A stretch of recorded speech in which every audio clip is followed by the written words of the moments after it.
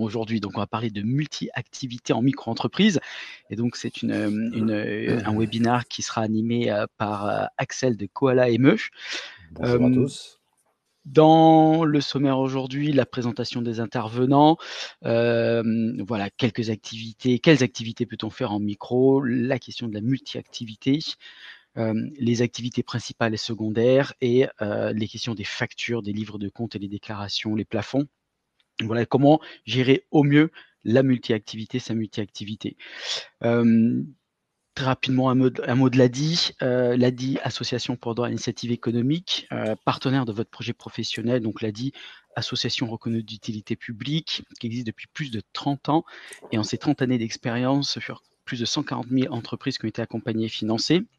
Alors l'ADI, c'est un réseau d'agences, parce qu'il y a près de 150 agences présentes partout en France métropolitaine, mais également en Guyane, Martinique, Guadeloupe, Réunion, Mayotte et aussi en Nouvelle-Calédonie, en Polynésie. Dans ce réseau, vous allez retrouver 1300 bénévoles spécialistes de la création et du développement d'entreprises et plus de 500 permanents. Donc 500 salariés. Et qu'est-ce que nous proposons à l'ADI? Des webconférences, de l'accompagnement, de la formation, des solutions de financement, des solutions d'assurance pour vous et votre projet, des bons plans, notamment avec notre partenaire Koala ME. Voilà pour la présentation de l'ADI. Je vous dis quelques mots par rapport au partenariat ADI Koala ME, un partenariat qui nous semblait tout à fait naturel, Koala ME, et notamment Axel et son équipe qui ont plus de 12 ans, 15 ans même d'expérience, je pense. Axel, tu préciseras, voilà, dans l'accompagnement de micro-entrepreneurs. Si on cumule tout, juste pour ma part, j'en suis à 21 ans. 21 ans. D'accompagnement de micro-entrepreneurs, enfin d'entrepreneurs individuels. 21 ans, et donc ça nous paraissait bien évidemment tout à fait légitime, enfin tout à fait naturel, pardon, de nouer ce partenariat avec l'équipe de Koala ME. Alors, qu'est-ce que nous proposons dans le cadre de nos bons plans? Déjà une remise, c'est 3 mois d'abonnement offerts pour les abonnements Koala ME si vous passez par l'ADI. Alors, les points forts de cette offre, déjà, bien évidemment, la solution Koala ME, simple d'utilisation, qui propose des tutoriels pour vous aider à exploiter toutes les fonctionnalités du logiciel, qui a été spécialement conçu pour les micro-entrepreneurs et qui notamment intègre toutes les obligations légales en vigueur et gère la TVA. Donc, vous savez, si vous dépassez les seuils de franchise de base, vous êtes en imposition à la TVA. On ne va pas rentrer tout de suite dans les détails, on verra ça un peu plus loin.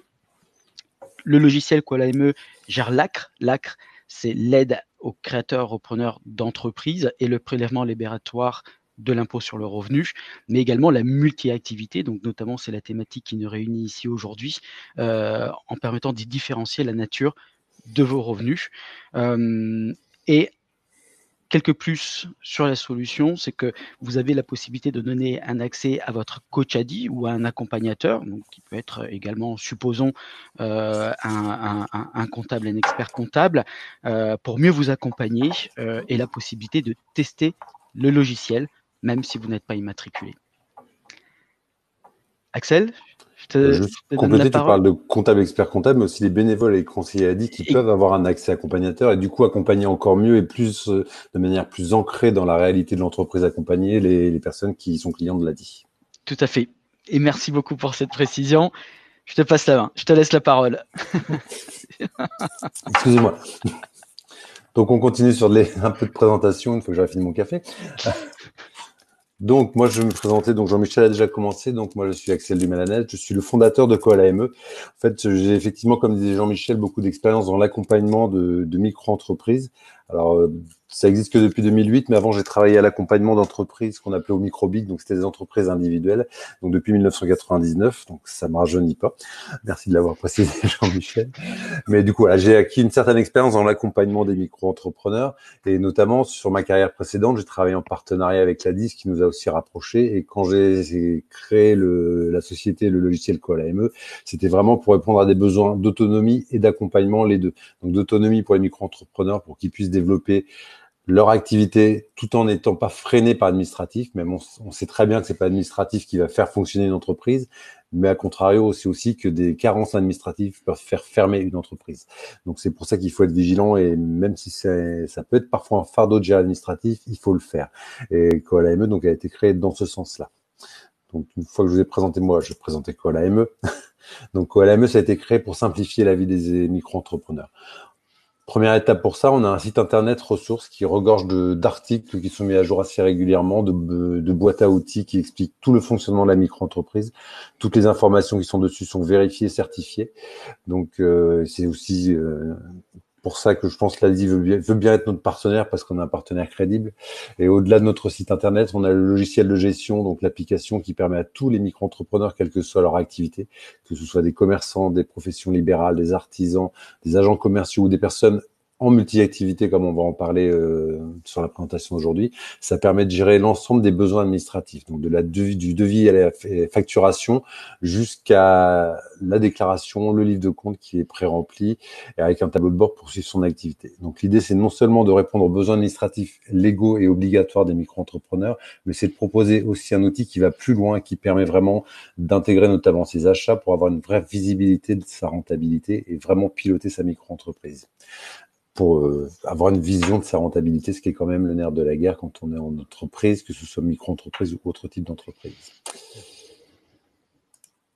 Alors aujourd'hui, on va parler des multi-activités. Avant de parler multi-activités, on va commencer par préciser un petit peu quelles sont les activités éligibles à la micro-entreprise. Quand on est en statut micro-entrepreneur, on ne peut pas exercer toutes les activités. Il y a certaines qui sont exclues du champ du micro-entrepreneuriat. Par exemple, vous ne pouvez pas être médecin généraliste en micro-entrepreneur, ça, ce n'est pas possible.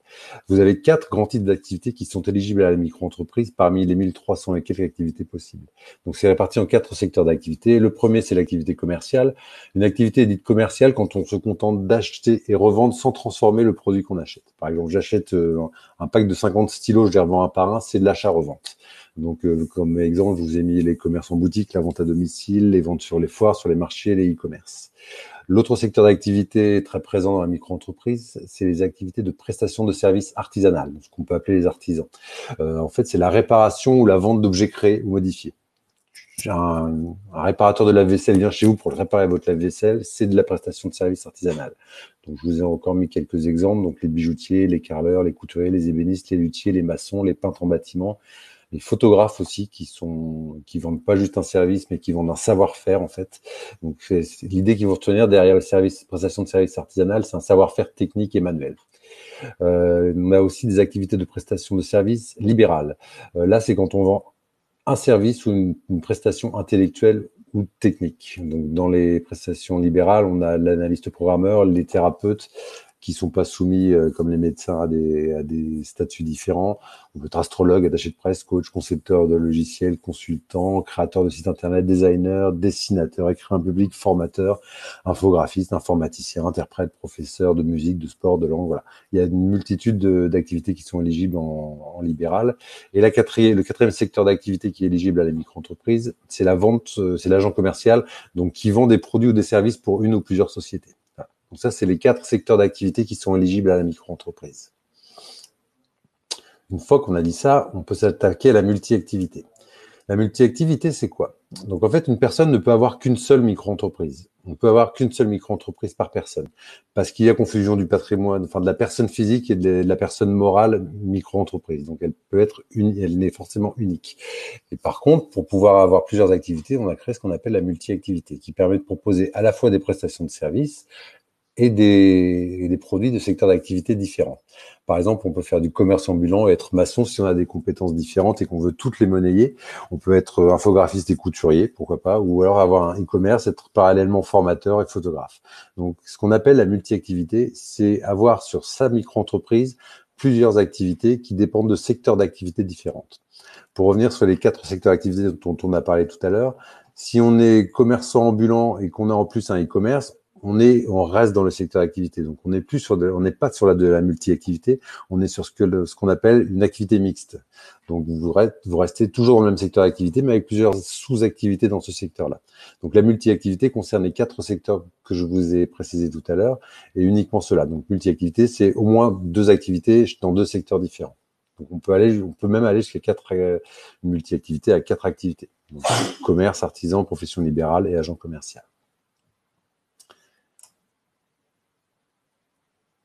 J'ai pas raté une ligne là, non, c'est bon. Une fois qu'on a dit ça, il faut quand même déterminer une des activités qui sera l'activité principale. En entreprise, il faut qu'on ait son activité principale qui détermine ce qu'on appelle son numéro, son code APE, qui est le code qui identifie l'activité principale de l'entreprise. Donc quand on a une activité en multi-activité, on a une activité principale et des activités secondaires. Il faut les préciser dès la création de votre micro-entreprise. Si vous déclarez une micro-entreprise avec deux activités, vous allez devoir décider quelle activité sera votre activité principale et les autres seront des activités secondaires. L'activité principale, le critère qui rentre en ligne de compte pour déterminer si une activité est une activité principale, c'est le critère de chiffre d'affaires. Donc, si vous avez une activité qui dégage plus de chiffre d'affaires que les autres, c'est celle-là qui est votre activité principale. Si dans le cours de la vie de votre entreprise, vous rendez compte que finalement, c'est une des activités secondaires qui génère plus de chiffre d'affaires que l'activité que vous aviez désignée comme principale, vous pouvez faire à ce moment-là une modification d'activité principale, ce qui aura pour effet de modifier votre code APE, mais qui aura uniquement cette modification-là. Et donc, la complication quand on est en création de micro-entreprise, qu'on crée une multi-activité, c'est d'anticiper, de savoir, de projeter quelle activité sera la plus génératrice de chiffre d'affaires.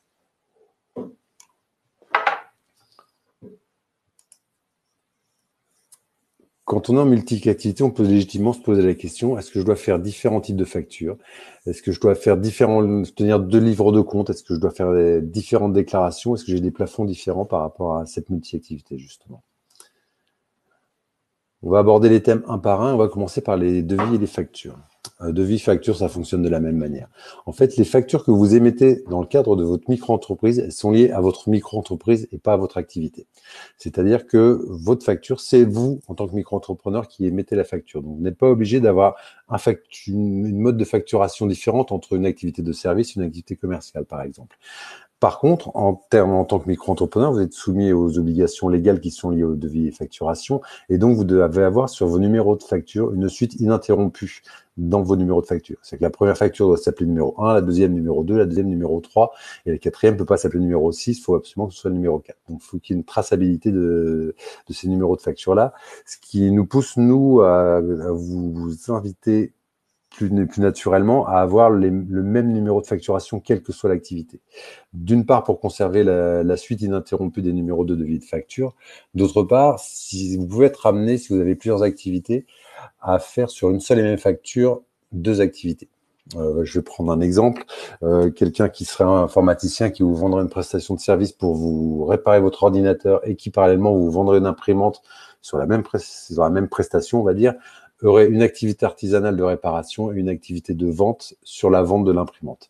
Ces 2 activités-là, plutôt que de faire 2 factures différentes, vous pouvez les mettre sur la même facture à condition de spécifier sur chaque ligne que c'est de l'activité de vente ou de l'activité de prestation de service. Sur les différents livres de compte, on est obligé, quand on est micro-entrepreneur en multi-activité, de tenir 2 livres de recettes ou au moins d'avoir un livre de recettes sur lesquels sont différenciés les revenus d'activité selon vos secteurs d'activité. Donc, vous avez soit un livre de compte par activité, donc par secteur d'activité, en fait, un livre de compte pour l'artisanat, un livre de compte pour le commerce, un livre de compte pour la profession libérale, un livre de compte pour l'agent commercial, ou alors un livre de compte unique dans lequel la nature de l'activité est spécifiée sur chaque ligne. Ce qui peut paraître très barbatif, mais qui est plutôt une solution efficace, en fait. Par rapport aux déclarations de chiffre d'affaires, même quand vous êtes en multi-activité, vous faites une seule et unique déclaration par période, donc qu'elle soit mensuelle ou trimestrielle. Dans ces déclarations, vous avez à chaque fois une ligne qui spécifie la nature de l'activité. Si on reprend l'exemple d'une personne qui ferait du commerce et de la prestation de service, sur votre déclaration de chiffre d'affaires, vous devrez déclarer d'une part votre activité commerciale, votre chiffre d'affaires de l'activité commerciale sur la période, et sur l'autre ligne, votre chiffre d'affaires de l'activité de prestation de service sur l'autre ligne. La différence aussi, et pourquoi il faut faire bien cette distinction, c'est que les taux de cotisation sont pas les mêmes suivant les secteurs d'activité. D'exemple précis, quand on est sur une activité commerciale, le taux de cotisation sociale est à 12,8%. Quand on est sur une activité artisanale, il est à 22%. Donc, les calculs de cotisation que vous payez sont pas les mêmes. C'est-à-dire que sur 100 euros de déclaration en activité commerciale, vous paierez 12,80 €. Sur 100 euros d'activité de prestation de service, vous paierez 22 €. Donc, les taux de cotisation ne sont pas les mêmes. C'est très important de différencier dans votre déclaration de chiffre d'affaires. Et vous devez préciser donc le chiffre d'affaires par type d'activité. Les différents plafonds. Alors, il y a différents plafonds. Vous savez sans doute que pour être micro-entrepreneur, on pourrait conserver le statut de micro-entrepreneur tant qu'on ne dépasse pas un certain plafond. Donc, pour les activités commerciales, c'est 176 000 et quelques euros. Et pour les activités artisanales, libérales, c'est 35 000. Je crois que les chiffres sont donnés après, 35 000 et quelques euros. Vous pouvez rester en activité. Alors, quand vous êtes en multi-activité, quel chiffre on prend en compte pour déterminer si on dépasse le plafond? Il y a deux chiffres. Le premier, c'est le chiffre d'affaires global qui ne doit pas dépasser le chiffre de votre activité principale. Si vous êtes commerçant et artisan, si vous avez 160 000 euros de chiffre d'affaires en commerce et 20 000 en artisan, vous êtes à 180 000, donc au-delà des 176 000, et là, vous ne pouvez plus rester micro-entrepreneur. Même si, indépendamment, votre activité ne dépasse pas le chiffre d'affaires du plafond. Et donc, il faut déjà que votre chiffre d'affaires global soit inférieur au plafond du chiffre d'affaires de l'activité principale. Et il faut aussi que chaque chiffre d'affaires de chaque activité ne dépasse pas les plafonds qui leur sont propres. Donc, je vous ai mis un petit exemple après parce que je sais que ça peut être un peu complexe à comprendre. Donc, on va prendre un exemple d'une activité qui serait à la fois commerciale et artisanale. Si le chiffre d'affaires total est de moins de 176 200 euros, donc 176 200 euros, c'est le plafond pour une activité commerciale en micro-entreprise, c'est-à-dire qu'au-delà de ce plafond-là, on ne peut plus être éligible à la micro-entreprise.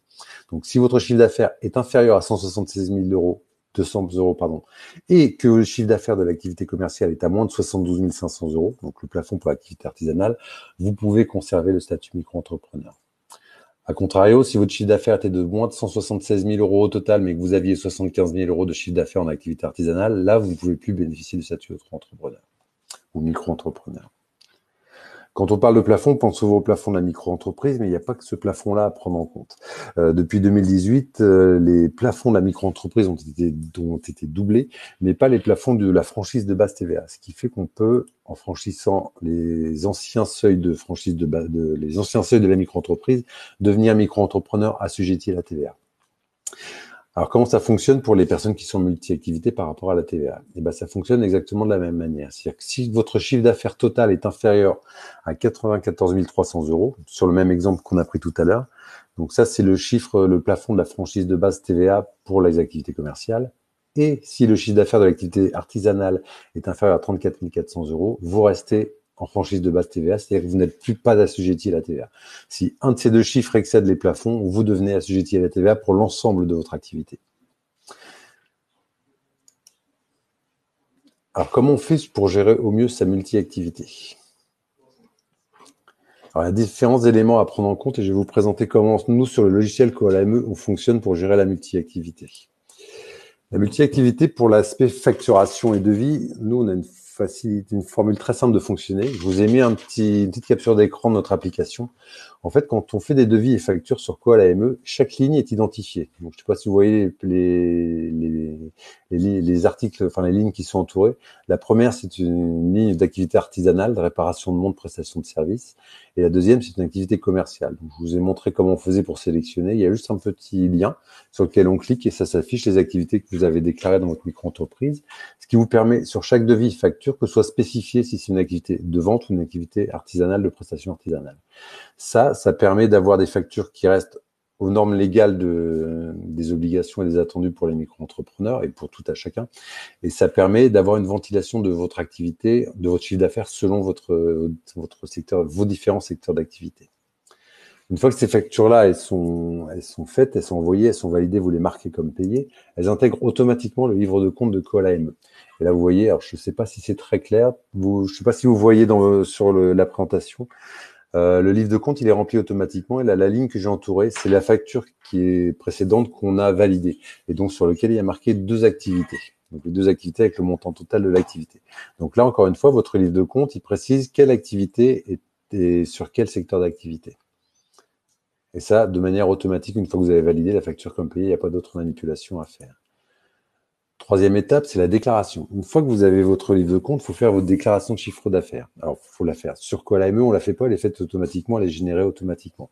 Elle est générée en prenant en compte chaque type d'activité. Et donc, vous avez ce petit tableau-là récapitulatif qui récapitule sur la première ligne les recettes pour l'artisanat avec le chiffre d'affaires, le taux appliqué, donc en fonction de si vous êtes bénéficiaire de l'ACRE ou pas, si vous avez opté pour le prélèvement libératoire sur l'impôt sur le revenu ou pas, donc en fonction du paramétrage que vous avez fait de votre application. Donc, ça vous donne le chiffre d'affaires à déclarer pour la partie artisanale et le chiffre d'affaires à déclarer pour la partie commerciale avec le montant des cotisations à payer. Une fois que donc ça, c'est fait automatiquement en fonction de ce qui a été rentré dans votre livre de compte et des factures que vous avez validées comme payées. Une fois que vous avez fait ça, vous pouvez télécharger directement votre déclaration en PDF, donc le document URSSAF, le CERFA URSSAF qui est pré-rempli. Et là, on a eu lundi l'accord de l'URSSAF pour travailler en partenariat pour faire directement la déclaration de chiffre d'affaires sur notre application.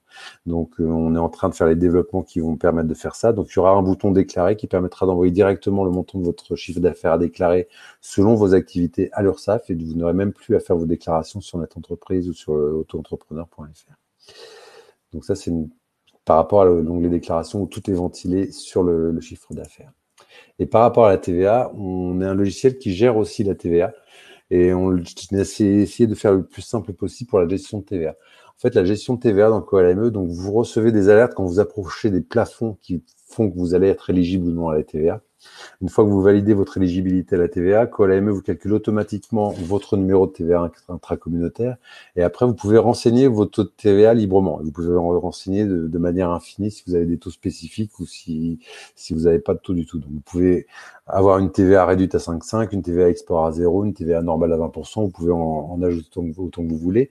Et une fois, à partir de la date d'assujettissement à la TVA, toutes vos devis, enfin tous les devis, toutes les factures, toutes les entrées que vous pouvez faire dans le livre de compte, aussi bien les achats que les dépenses, auront un petit menu déroulant TVA sur lequel vous sélectionnerez la TVA qui est appliquée dessus, ce qui nous permet de calculer tout en bas de la page le récapitulatif de la TVA collectée et de la TVA déductible. Donc, ça se gère plutôt simplement, donc juste en paramétrant les taux de TVA et en choisissant la date d'assujettissement à la TVA, et automatiquement, toute votre comptabilité prend en compte la TVA à partir de la date d'assujettissement, sachant qu'avant, vous n'étiez pas en franchise de base TVA, et ça reste comme ça. Donc voilà pour une rapide présentation de ce que c'est que la multi-activité. Donc voilà, je vous remercie de votre présence et remercier Ladi pour l'organisation de la webconférence.